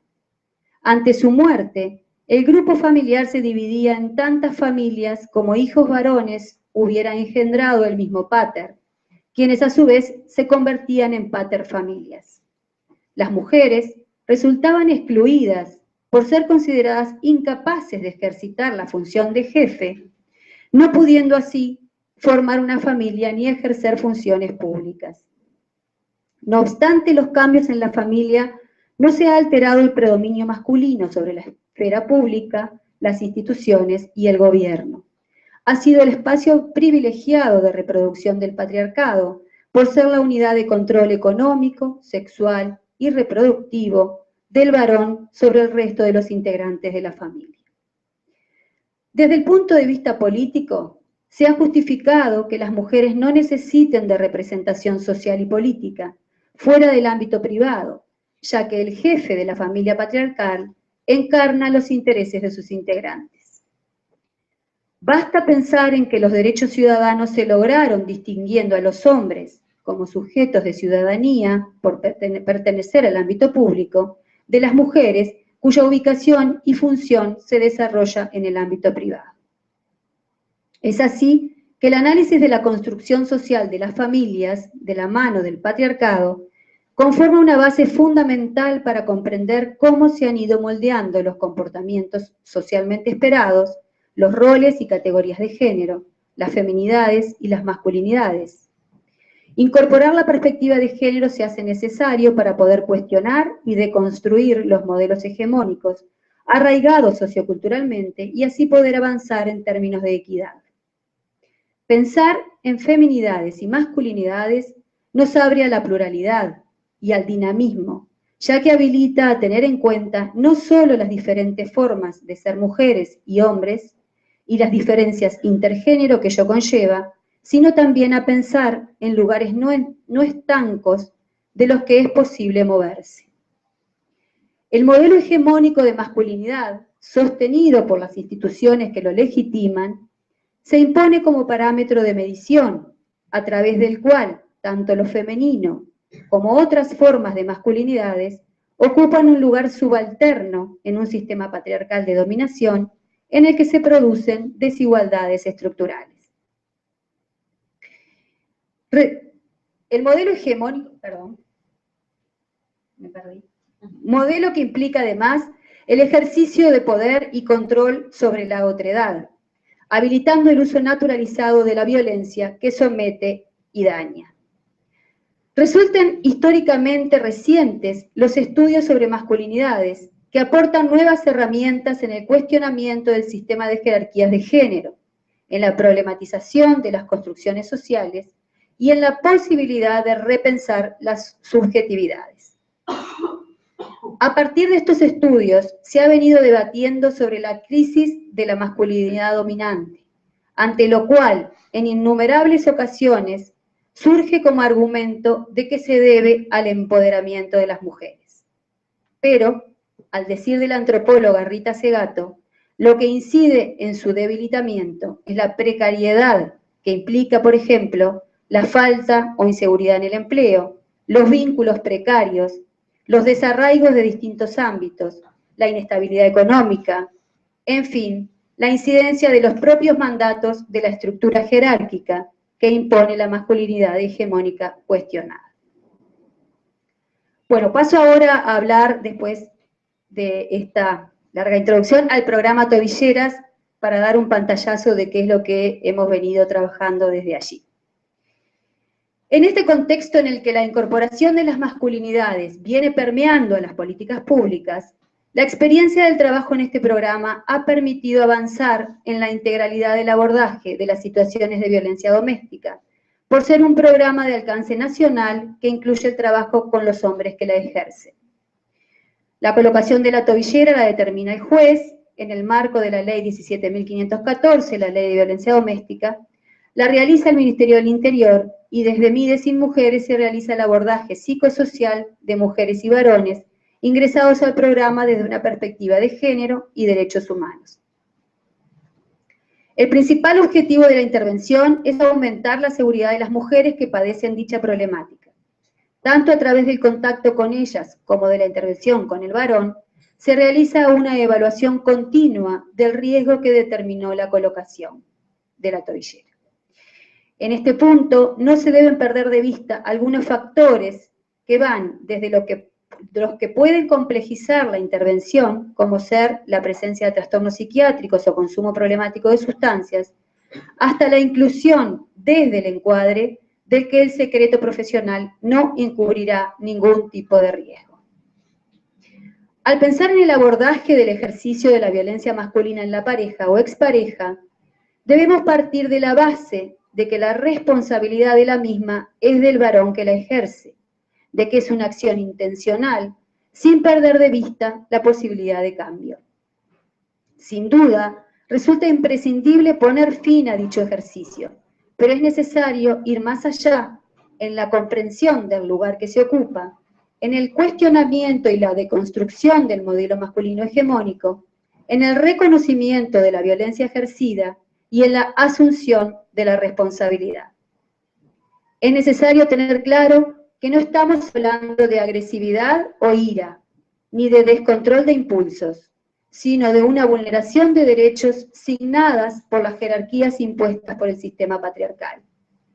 Tampoco se trata de un problema vincular ni de un conflicto de pareja, ya que partimos de un desequilibrio de poder, de una desigualdad que genera consecuencias que hay que hacer visibles. Las intervenciones no se basan en el sufrimiento de los varones, ya que resulta no equiparable el malestar producto de la socialización masculina hegemónica con el padecer que produce el ejercicio de la violencia doméstica. Desde este punto, es que en este abordaje específico no se realiza un proceso psicoterapéutico. El análisis de la conflictiva intrapsíquica podrá ser un paso posterior si es que así lo considera y demanda quien está participando de este abordaje.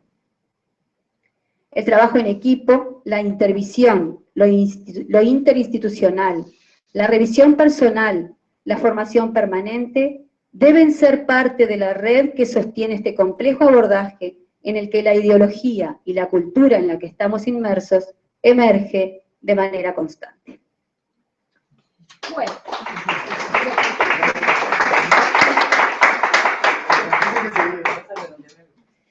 Bueno, acá no se me hacen una seña así, supongo. No, ¿ibas a hablar de tu experiencia?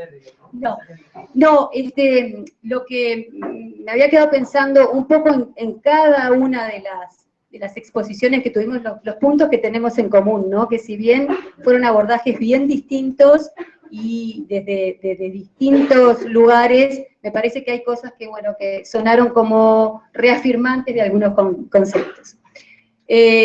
No, digo, creo que dejamos abierto ahora a las preguntas y bueno, y a los cuatro, no sé por dónde. Si se quieren acoplar, me parece que se acercan los disertantes.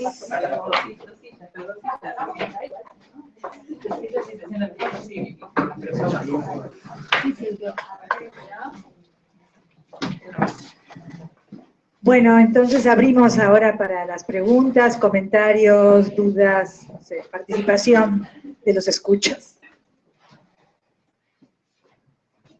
Hay un micrófono puesto. Sí, sí.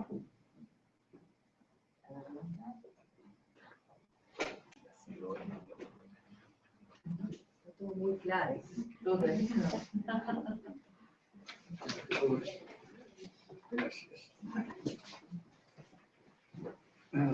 Bueno, Muchas gracias, felicitaciones a los 4, porque si no, cuando hablaba hoy David, decía los 4, las 4, en realidad son 2 y 2. Así que ahí ya nos entreveramos con el lenguaje. Es muy complicado. El lenguaje es determinante, sin duda. Y es con lo que nos manejamos, con la palabra. Nacemos en un mundo de deseo y de lenguaje. Incluso en lo que tiene que ver con la identidad de género. Mi género me sigue rechinando. Género es el que se corta, género es el género gramatical, artículos, etc. Yo prefiero seguir hablando de sexo. Igual cabe todo, me parece, en el término. Bueno, en la determinación de la identidad de sexo o de género, interviene muchísimo el deseo de los padres y que es vehiculizado, además, en parte, ese deseo por el lenguaje. Entonces el lenguaje está determinando ya desde antes del nacimiento. Es decir, cuando se produce la gestación y antes de la gestación también. Es decir, ya está en el deseo de los padres, tener un varón, tener una niña. Determina el nombre que se les pone también, en gran medida. Con esto del lenguaje, cuando dijiste lo del Congreso de Intendentes, no sé bien a dónde apuntaba, pero intendente, no es ni intendentos, por lo tanto, intendentes caben intendentes hombres y mujeres. Digo, no. La víctima puede ser un hombre o una mujer, ¿no? Y es víctima, es en femenino y puede ser un hombre. Es decir, es muy complejo el lenguaje, ¿no? Todo lo que tú decís, Nancy, lo que decís de la Real Academia, está bien, pero también el lenguaje necesita de una economía del lenguaje. Entonces, decimos niños y niñas, ya estamos perdiendo esa economía. El lío es que, claro, siempre se dijo niños, entonces, ¿cómo hacemos ahora? ¿No? Porque podría ser niñas y abarcar también a los niños, ¿no? Entonces tendríamos que estar invirtiendo el término. Yo creo que es muy complejo, no es un problema nada fácil. Ahora, en un momento dijiste incluso, estamos cortas de tiempo, ¿no? Si te referías a ti, estoy corta de tiempo, pero el plural, ¿no? Estamos cortas y cortos, entonces, ¿no? Digo, es decir que podemos hablar mucho sobre el lenguaje, pero seguimos igual marcados por toda una tradición del lenguaje que éramos.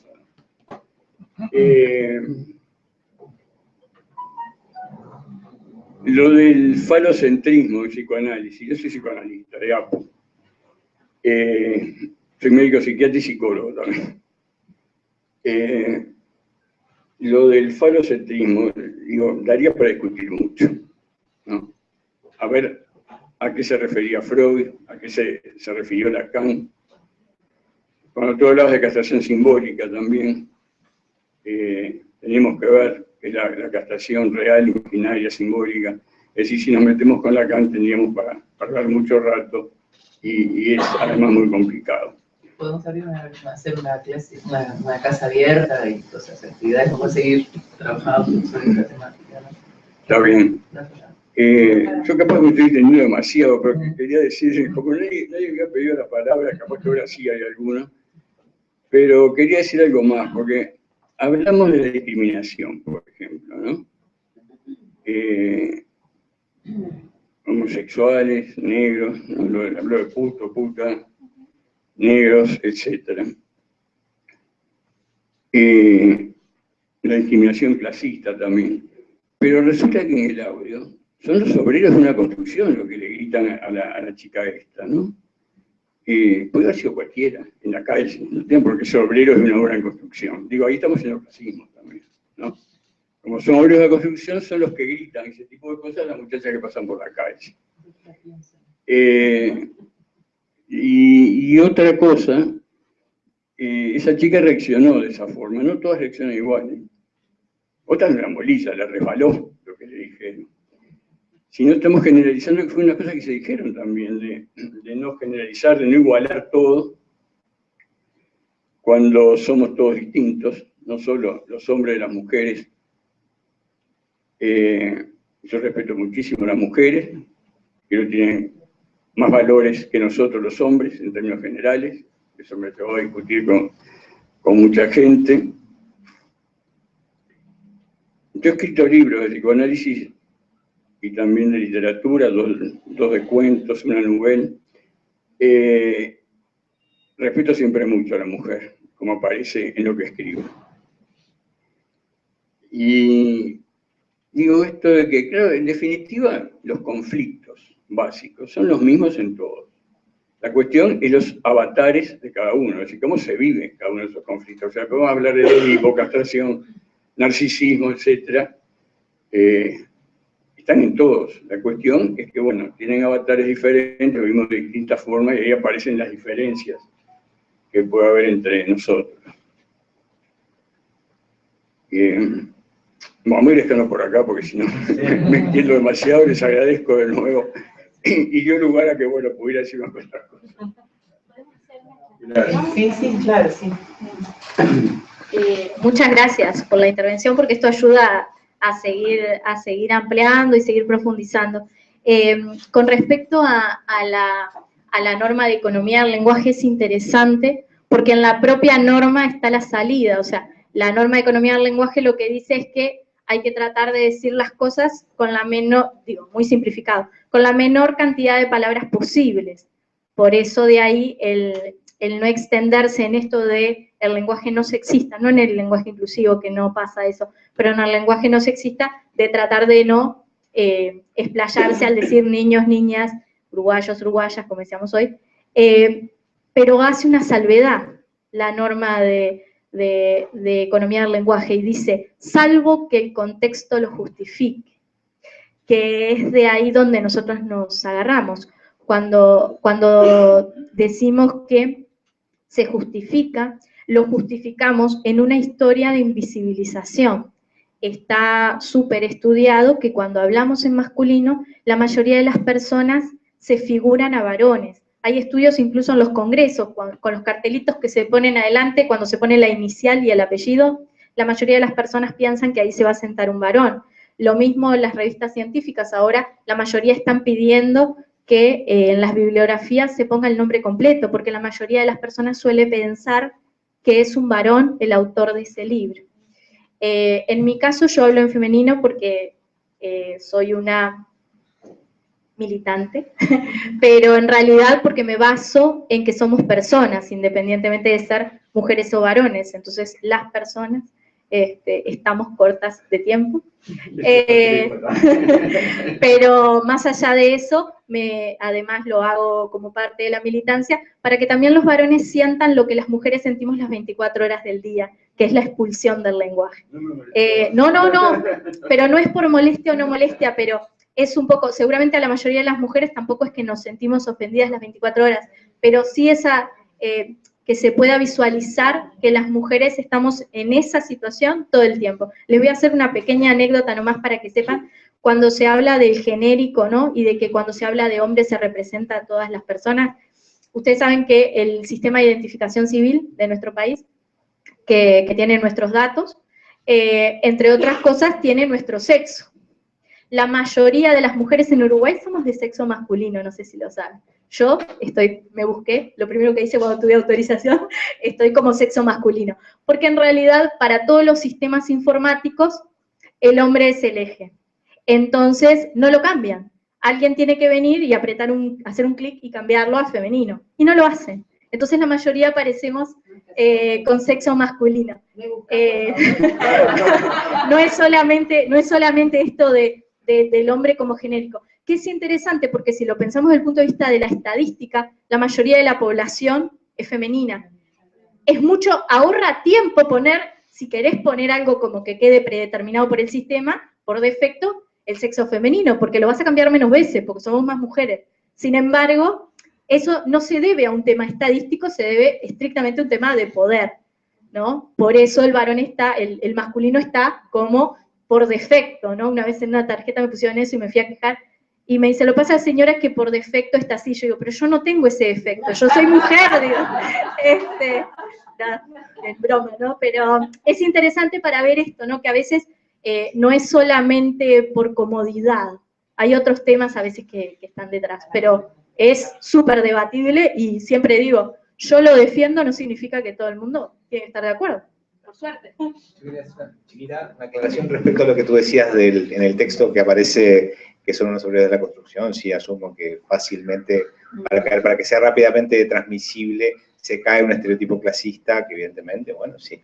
De todas maneras, eso me daba a pensar que todas las cuestiones vinculadas con género, o sea, todas las cuestiones vinculadas con dominación, que implican también dominación subjetiva, entonces construimos nuestra subjetividad en un contexto de poder. El poder siempre ha sido subestimado, quizás por una tradición muy ortodoxa, psicoanalítica, que ha impuesto, digamos, como más hegemónica la presencia del deseo intrapsíquico, y no se han pensado en las relaciones de poder en la construcción de la propia subjetividad. De ahí las conjugaciones entre el psicoanálisis, las ciencias sociales y demás, para poder pensar este yo, que un poco era lo que quería decir, que también ha tenido que incorporar, e incorpora siempre el vasallaje, no solo con el super yo, si pensamos en la primera tópica, con el ello, el super yo, sino también con esta realidad, que evidentemente es una realidad plagada de relaciones de poder. En esas relaciones de poder, con las cuales nos socializamos, evidentemente que están la lucha de clases, obviamente, el racismo y demás. Para traer el concepto de interseccionalidad, que hoy por eso se está trabajando muchísimo, en donde, digamos, cada sujeto, digamos, va construyendo su propia subjetividad inmerso en relaciones de poder a partir de una cantidad de variables de discriminación, de vulnerabilidad y demás. De hecho, esta mujer en el relato perfectamente podría ser una mujer empoderada, que de hecho lo era, de clase alta, seguramente blanca, rubia, y podría haberle devuelto ese tipo de acciones con otra cantidad de argumentos, no argumentos, sino incluso frases y palabras descalificantes a nivel clasista, sobre un obrero que seguramente era pardito, que hablaba medio como plancha, ¿se entiende? Ella de alguna manera no puede hacer otra cosa, no le va a responder de la misma manera, podría, no lo sé. Capaz que si la teníamos en otro contexto le respondía de esa manera, seguramente, pero bueno, no supo reaccionar. Es decir, todos y todas estamos inmersos en relaciones de poder, no es que haya una víctima única, desvalida y totalmente, digamos, no hay una víctima descontextuada, quiero decir, ni un violento descontextuado o violenta descontextuada. Capaz que algo, no sé. Yo agradezco a Nadal el aporte, primero el reencuentro con él después de décadas, porque Nadal me introdujo en las aguas y los laberintos psicoanalíticos hace varios años, décadas.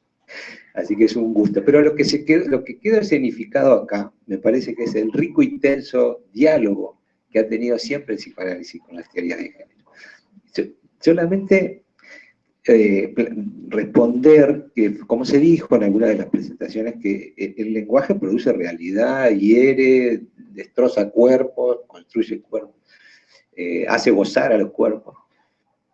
Voy a simplemente hacer una anécdota para ver la complejidad que tiene para las mujeres el lenguaje no inclusivo, que es una filóloga que seguramente Nancy la conoce de sobra, que es Teresa Meana, que es una filóloga española. En uno de sus libros, Teresa Meana da un pequeño ejemplo, una pequeña anécdota en un aula escolar para ver con claridad cómo las mujeres quedan invisibilizadas y excluidas, ¿no? Está la maestra con su grupo de alumnos y alumnas y dice, los niños que terminaron la tarea pueden salir al recreo.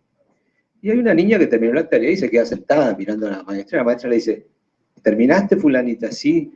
Bueno, ¿por qué no sales al recreo? Porque usted, maestra, dijo, los niños que terminaron salgan al recreo. No, tonta, dice la maestra, no seas tonta, cuando digo los niños incluyo también a las niñas. Se van a jugar, vuelven al salón de clases. La maestra dice, los niños que quieran anotarse en el cuadro de fútbol, levanten por favor la mano. Y la niña levanta la mano. La maestra le dice, no tonta, dije los niños. Entonces las mujeres quedan invisibilizadas, excluidas. Y con el humor brillante que tiene Teresa Meana la remata diciendo, por eso las mujeres somos tan intuitivas, porque siempre andamos adivinando cuándo estamos incluidas y cuándo no. Bueno, solo este comentario. En relación a lo que, no sé si alguno quería hablar, yo quería dar un señalamiento en relación a lo que ellos dicen, ¿no?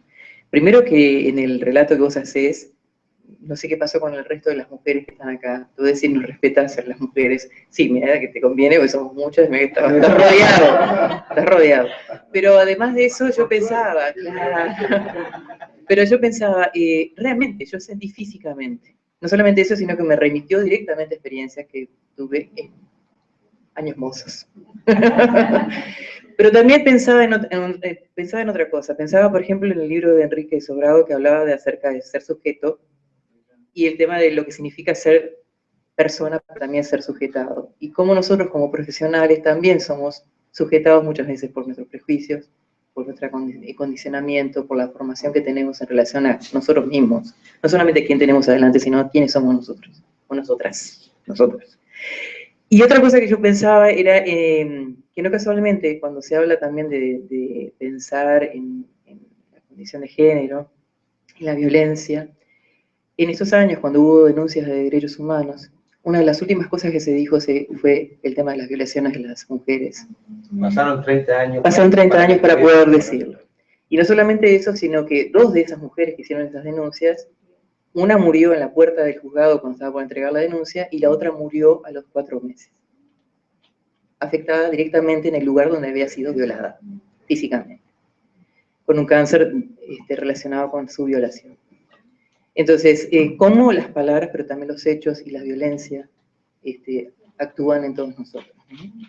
Entonces me parecía muy importante también tomar en cuenta todo lo que están trabajando ellos y han traído hoy, porque realmente cuando estamos sentados o parados o trabajando con un grupo o en nuestro desempeño profesional, qué importante es tomar en cuenta esta variable, ¿no? Que es fundamental. Como decías vos, ponerse los lentes con aumento, para poder ver con claridad y pensar nosotros cómo tenemos que repensarnos cada vez que hacemos eso, ¿no? ¿Alguien más quiere hablar? ¿O preguntar? Yo voy a hacer un comentario. Que en esto que estabas diciendo, hace poco también los estudiantes recobraron el tema de las mártires estudiantiles, que antes se hablaba de la marcha por los mártires estudiantiles. Y cómo la historia también, en esto del lenguaje, queda invisibilizada. En realidad, el tema de la medicina también lo estaba pensando, el tema de los infartos en las mujeres es diferente que el de varones, y sabemos cómo es el de un varón, y no cómo es el de una mujer.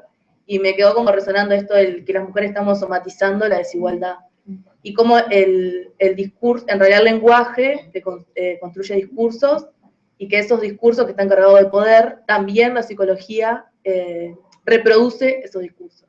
Yo me acuerdo que en facultad, yo me recibí hace poquito, el tema de la falta, y de la falta, y de la falta. El varón tiene pene, la mujer no tiene nada, no sé, entonces, no tenemos vulva. Entonces, era como toda la lectura que se hacía, también podías ver sesgos de machismo, de sexismo, y que después, por suerte, la facultad me brindó la posibilidad de cursar optativas que me daban otra lectura de eso, pero me quedé con la sensación y la lástima de que muchos compañeros pasaban por facultad únicamente viendo una postura hegemónica de cursos que eran generales, y las optativas que te brindaban otra lectura que podía desmontar los prejuicios, los estereotipos, que era muy rico lo que te aportaba, y podías ver otra lectura, que capaz mucha gente egresó con una visión única.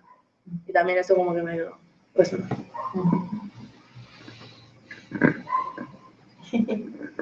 Gracias. La falta es del hombre y de la mujer. No es que al hombre no le falte nada y a la mujer le falte. El problema es la falta de la falta. Pero ahí estamos hablando de la castración. Y la castración tiene que ver tanto con el hombre como con la mujer. Y el concepto de pene no es igual al concepto de falo. Eso daría lugar para hablar muchísimo. Pero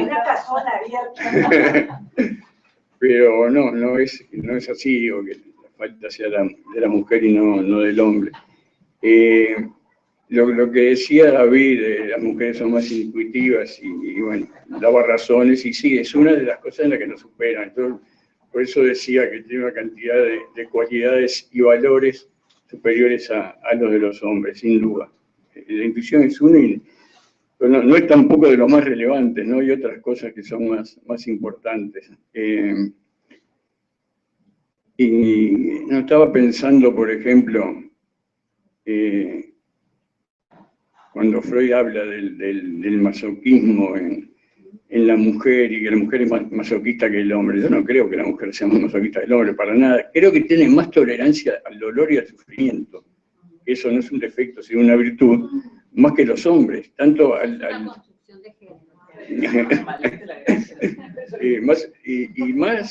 digo, tanto al dolor físico como al psíquico. Tienen mucha mayor tolerancia. Y con respecto a los lenguajes, claro, está el lenguaje, están las palabras y los actos, pero muchas veces se hace con las palabras. Entonces, claro, hay un acto ahí, en todo esto del daño, todo esto que decías tú, ¿no? Cómo se puede lastimar y todo lo demás, ¿no? Se puede seducir, se puede desviar el camino al otro, se puede calumniar, se puede hacer tantas cosas con la palabra. Bueno, también tiene sus cosas positivas, ¿no? Se puede aumentar la autoestima del otro, por ejemplo, según lo que se diga, pero indudablemente el lenguaje tiene un tremendo valor. Bueno, gracias.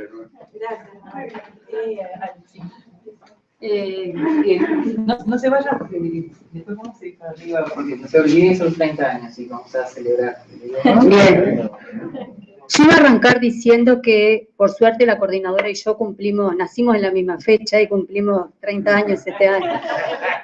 Pero capaz que se reían y bueno. No sé si alguien quiere decir algo, pero quería como cerrar un poco, proponer que nos quedemos pensando y resonando en todas estas cosas, como tú decías, te trajo cuestiones de facultad, ¿no? Y me parece que si esta mesa da la posibilidad de que nos quedemos pensando en nuestras prácticas cotidianas, en la consulta, en cómo escuchamos, en cómo nombramos, ya ha sido un éxito, ¿no? Que creo que de eso se trata, ¿no? Podremos discutir y hacer muchas casas abiertas con muchos temas, pero me parece que lo fundamental es empezar a reverse en estas temáticas, ¿no? Y en ese reverse también está nuestra práctica profesional, ¿no? Entonces me parece que, desde este lugar y desde esta mesa, si quedó eso y es una semilla que quedó por ahí, me parece que es lo que era la apuesta que queríamos hacer. Bueno.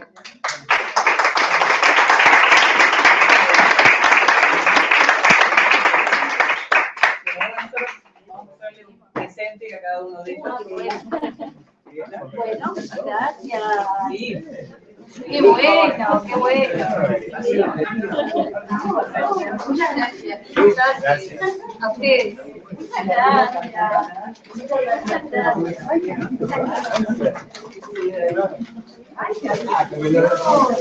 Gracias.